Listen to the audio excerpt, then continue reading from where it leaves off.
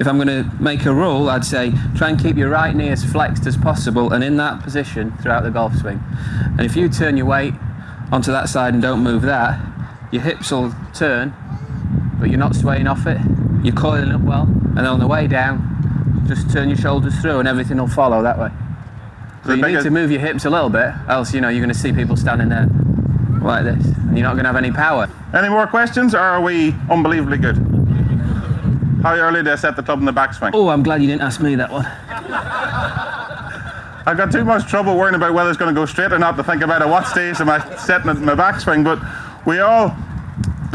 one of the things that I've always been a little bit guilty of, because I grew up playing a links course back at home, is that I ended up letting the butt of the club travel back too far. So there's no real set, but we always want the club head leading the hands whenever the club's going back. We don't want it going that way. We want it going that way, the club head leading the hands. And if that's the way you can think about it, then you don't need to worry about setting the club, because then you end up thinking about, well, I need it here, here, here, and don't worry about it. If you think about it logically, the club head travels the furthest, and if you watch the players out here during the day, everybody sets the club at different times, but one thing that's consistent through it all is the club head is the furthest, is the thing moving the furthest. So maybe I should play in the dark. This is much better. Can't see the water, I can't see the bunkers, I can't see the trouble. Could definitely be the future. Anybody ever played that beer golf in America, where you get that light, luminous golf ball and the beer golf? I was good at that. The beer part, not the golf. But the same thing again here. This is 5-iron. I like it in the dark. It's fantastic. But you can see there that it's just a turn back and a turn back through. There's no big lash at it. I'm not backing up to go that way. So it's basically standing a little bit further away from it, because the club dictates that, because the shaft is a little bit longer. As we go through the bag, that's what you have to do. But the balance stays the same.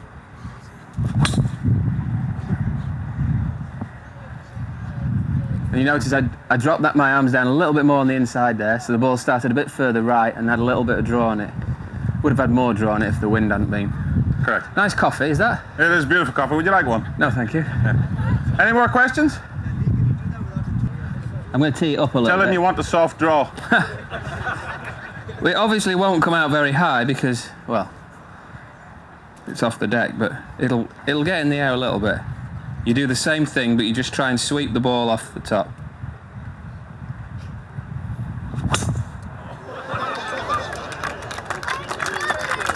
That was a good shot, partner. This one will come out low and running. There won't be too much height on this one. There you go. That was good, though. Not bad for you, that. We've played with each other a lot in Ryder Cups, and we've travelled around the world together for 15 years, 16, 17 years, a long time. So we know each other's swings pretty much inside out. So if I'm struggling, Lee helps me, and vice versa. Of late, he's been helping me more than I've been helping him. But we tend to help each other. But the one thing that we do, we both don't mind hitting drivers off fairways whenever we need to. You know, there's some of the guys out here that shy away from hitting their drivers, but we've been doing it for quite some time. We're used to do it, and the way technology is going now, it's much easier to get the ball in the air than what it used to be. For example, you know, if we were hitting this with old Persimmons, he never played with one, but I did. What's persimmon? Yes. But it's much more difficult to get it in the air. But these things, you know, as Lee says, the usual shot you get is the left to right one. So if you play for it all the time, it's really tough to get a draw off the ground. But if you play for a little fade all the time, you know, it's good, especially if we're playing a links course or somewhere where it's firm and fast and it's windy. You know the drive's not going to get too high and it's going to keep on running. But obviously, you need to practice a little bit before you try to hit these. With that little draw. Hang on, I'll hit a proper one this time. This is one shot where you definitely need to keep your head still. There you go. That's a sky for a driver. That was a bit too high. We got any more questions? Anything else you want to ask? How do we spin the ball? The balls that we use are slightly different. The cover is slightly softer, and the way to spin the ball is to strike it crisply. You know, whenever we're hitting our irons, we don't take big divots. We more or less pick the ball off the top of the turf. And when we do that, because our strike is so clean, that's how we spin it so much. So it's not, there's no real technique to it. It's just practice and making sure your balance is better, your strike is better. If your strike's better, then you spin the ball more. We spend more time trying not to spin the ball than to spin it. You know, we sometimes for us, if a flag's at the back of a green, we want it to land in one bounce and stop. We don't want it, even though you guys all think it looks great. Look how much spin he got in that. But we don't want that. We're fighting that all the time. We're trying to get it to not spin so much. If we want to spin it a lot, we hit it a little bit harder and we get a little bit more steep in the ball coming down. If we want to one bounce and stop, we hit it a little bit softer with our hands. We don't really use our hands, we just use our body to hit it.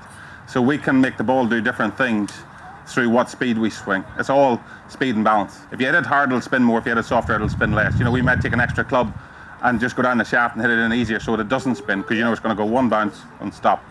So it's all through what clubs we select and which type of shot we need. We got any more questions?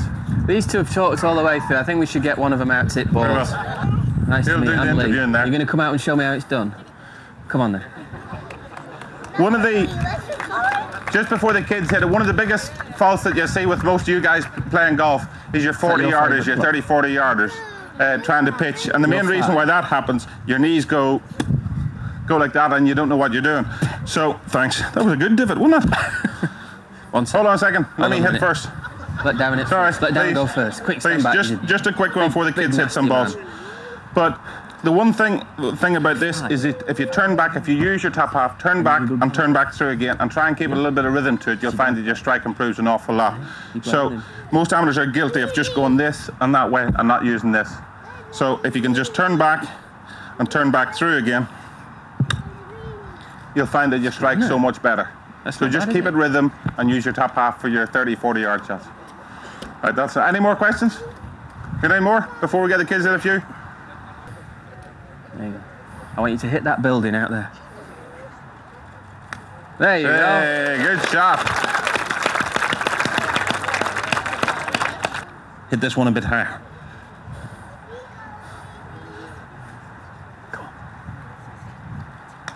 Oh, nearly.